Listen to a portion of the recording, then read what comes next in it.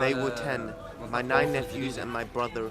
I pulled out bodies of 8 of them, and the bodies of the remaining 2 are buried in the basement under rubble.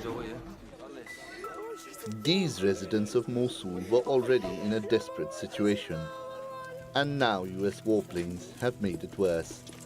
The government instructed us to stay home and avoid displacement, so we did. When the fighting became intense, we all huddled in one room at the back of the house. But the house next door was bombed, and it collapsed on us. One such US airstrike killed up to 200 people.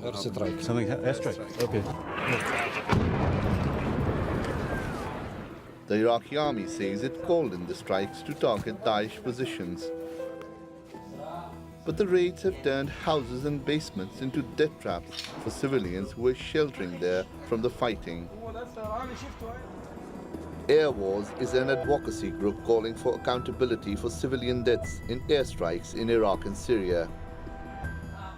They say conservative estimates put civilian dead in air raids by Russia and the US-led coalition at more than 1,300 since the start of this year, but it could be as many as 2,000.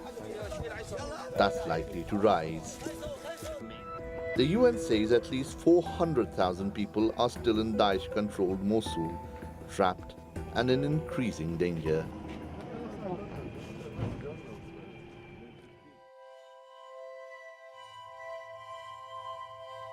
These are some of them: women, children, and the elderly.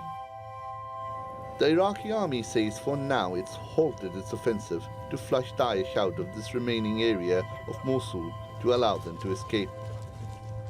But Daesh's change in strategy means few will take the chance. Daesh made a decision that they were not going to retrograde anymore, that they were going to prepare lethal engagement areas for the defense of that terrain, that they would clear out what was homes, schools, and mosques and fight from those positions and try to deny the Iraqis from advancing any further. Airstrikes can minimize army losses and destroy militant positions. The massive number of civilian deaths may have forced the coalition to stop them for the moment. But the clock is ticking for the innocents still inside Daesh-held territory. Shoaib Hassan, The Newsmakers.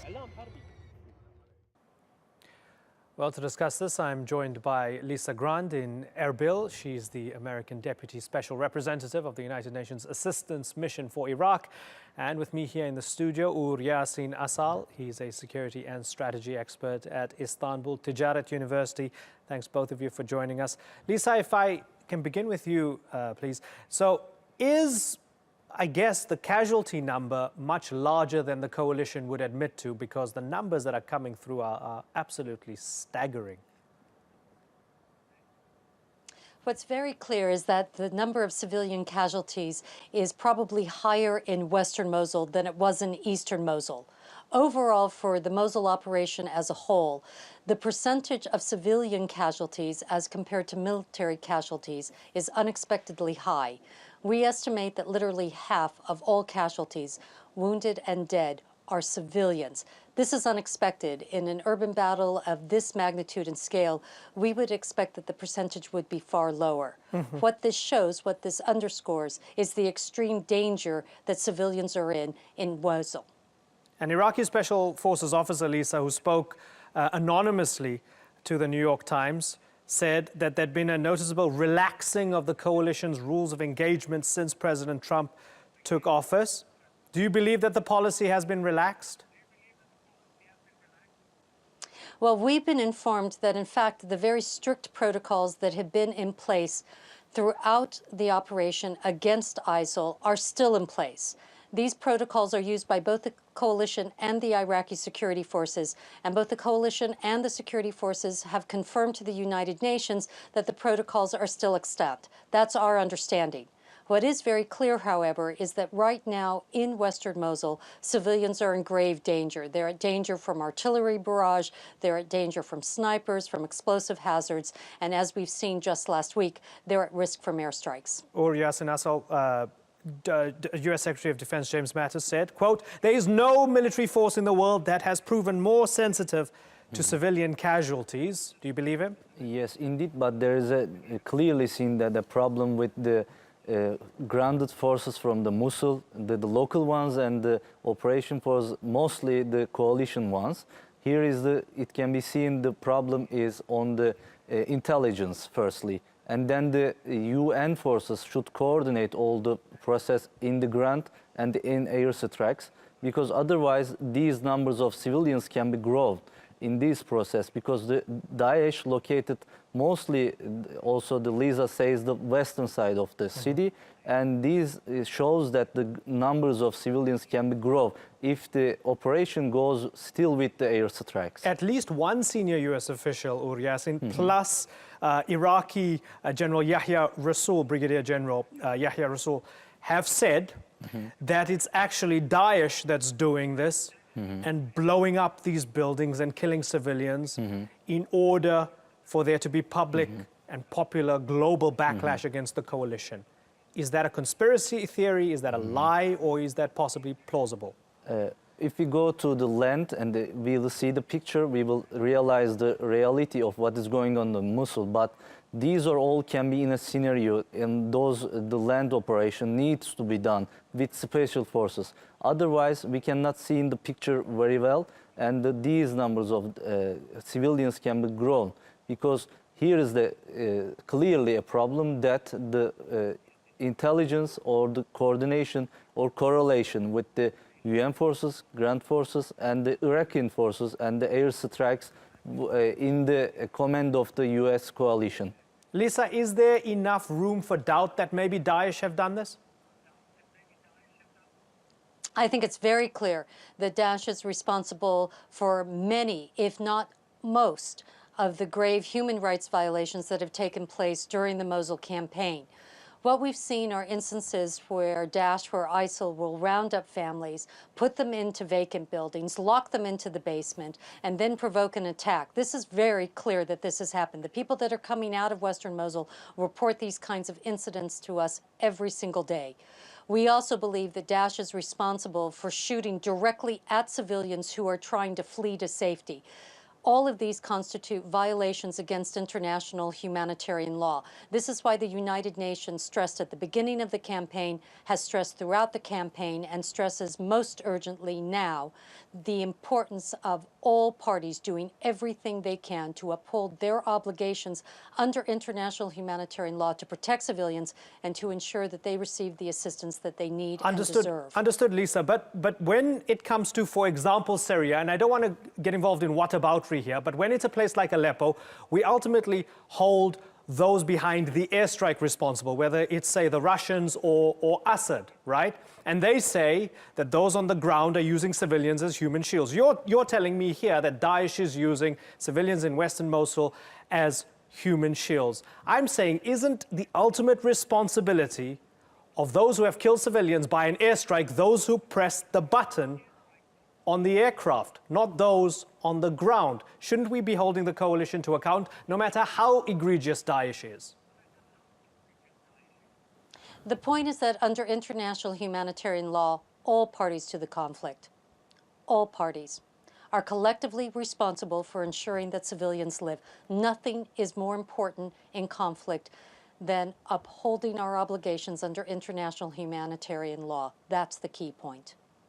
So is it possibly a war crime if those hundreds of civilians have been killed by a coalition airstrike when they knew that it would be densely packed with civilians? The point is that steps have to be taken to ensure that civilians are protected. The adjudication of war crimes is an issue which is a matter for international jurists to determine. For humanitarians right now, those of us who are on the front line in Mosul, trying to ensure that people receive the assistance they need, we're calling on all parties. We're saying the most important thing as this battle goes forward is making sure that civilians have a way out. We know that civilians who stay in Mosul are in danger. We know that civilians who are trying to leave in danger. We want that to stop. We want people to cross the front line and make it to safety so that they survive, so that their families survive, so that they can continue to live. Lisa, are these strikes that have missed their target and hit civilians, or are they strikes that have hit Daesh and taken out terrorists but have had the unfortunate consequence of what they call collateral damage? Which one of it is it? Well, the United Nations is not present in these conflict areas, so we are not in a position to say. This is why it's so important that the parties to the conflict, the responsible parties, are undertaking investigations to find out truly what happened. Or Yasin Asal, can this be done without airstrikes? Can you actually take out Daesh from a place like Mosul without resorting to bombing it from the sky? And the bombings not just started at this time. In June of 2016, the bombardments of the airstrikes and the resieging of Mosul has been started with the coalition forces and Iraqi army. But here is a most crucial part. Here, the coalition bodies needs to share experience with Turkey. Here we have an operation also in Elbap regards to combating with Daesh. And Turkey faced those problems on there. But on the grounded forces and the cautiously operation, Turkey enhance its skills and not make it civilian deaths. The coalition strikes, not just air strikes, doing this, but the ground will be won the war, because on the ground, on the special forces, you can win the war on the battle line, on the ground. This means not just air strike can be won the combating with Daesh, but also here we have to look the mission of the United Nations again, because on Kosovo and Bosnia-Herzegovina, the UN made humanitarian intervention, but then changed its strategy with the George Bush leading this preemptive strike. And then the third part is the making with the air strikes from the aircraft planes and through the ground. But there is no direct fight with Daesh or those terrorist organizations on the ground. If the coalition forces made their operations with special forces, with point attacks and the cautious... But they're saying these are pinpoint attacks. They're saying they're GPS-located missiles, they're only hitting Daesh, they're not aiming for civilians. It's unfortunate if it hits civilians, but these are pinpoint.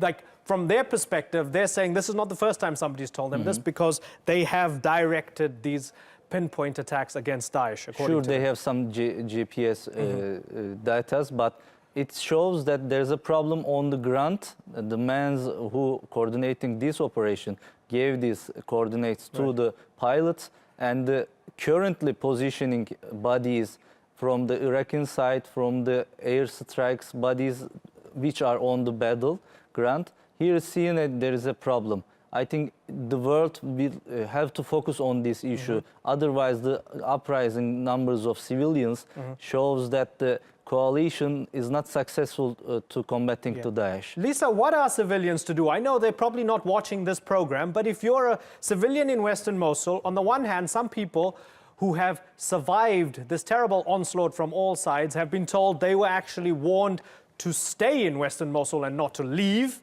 So some of them stayed, and then they faced a rain of rockets and bombs. Those who have left have faced persecution and all sorts of trouble. What are civilians to do? Are they, what's the protocol for civilians? If you're a civilian in Western Mosul right now, where do you go?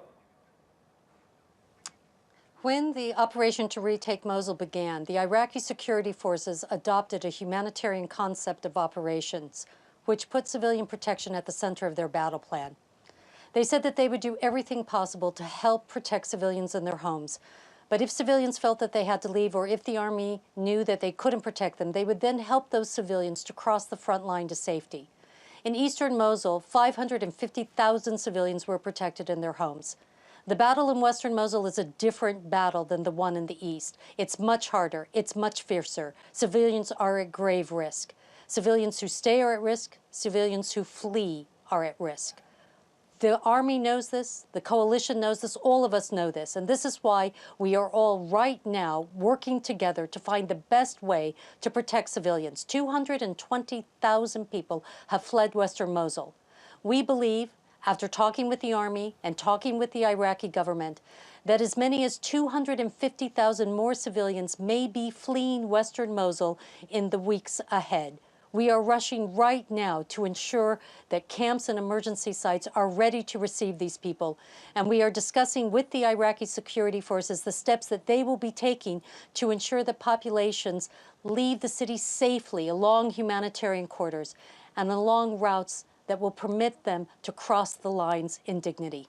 And Lisa, are you convinced by what they're telling you and what they're proposing to you that they will do to ensure that this happens and that civilians don't pay a diabolical price of defeating Daesh?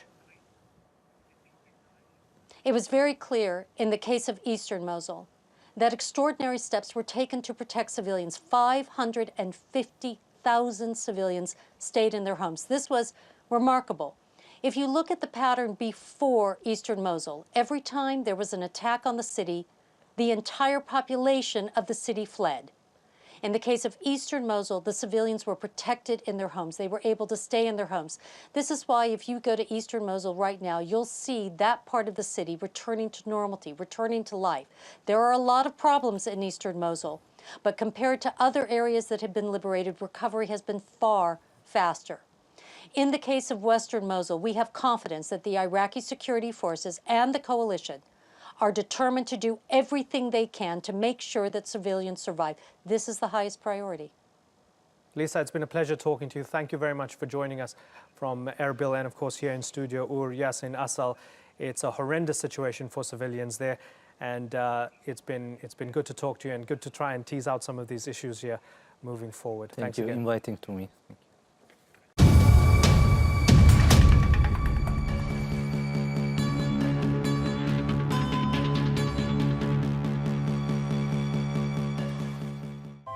The Iraqi army says for now it's halted its offensive to flush Daesh out of this remaining area of Mosul to allow them to escape. But Daesh's change in strategy means few will take the chance. Daesh made a decision that they were not going to retrograde anymore, that they were going to prepare lethal engagement areas for the defense of that terrain, that they would instructed us to stay home and avoid displacement, so we did.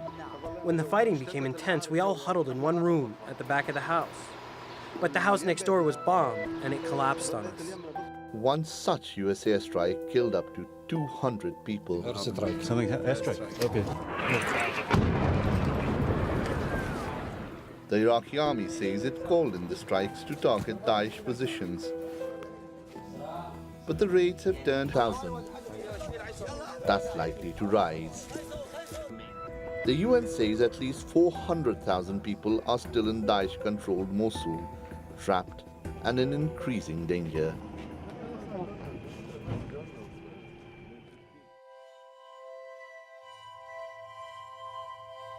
These are some of them: women, children, and the elderly.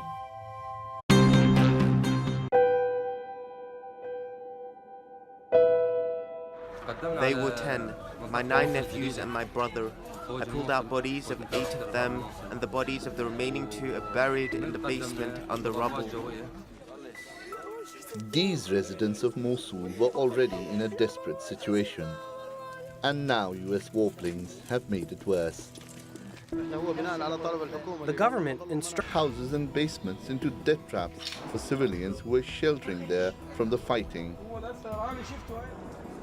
Air Wars is an advocacy group calling for accountability for civilian deaths in airstrikes in Iraq and Syria. They say conservative estimates put civilian dead in air raids by Russia and the US-led coalition at more than 1,300 since the start of this year, but it could be as many as 2,000.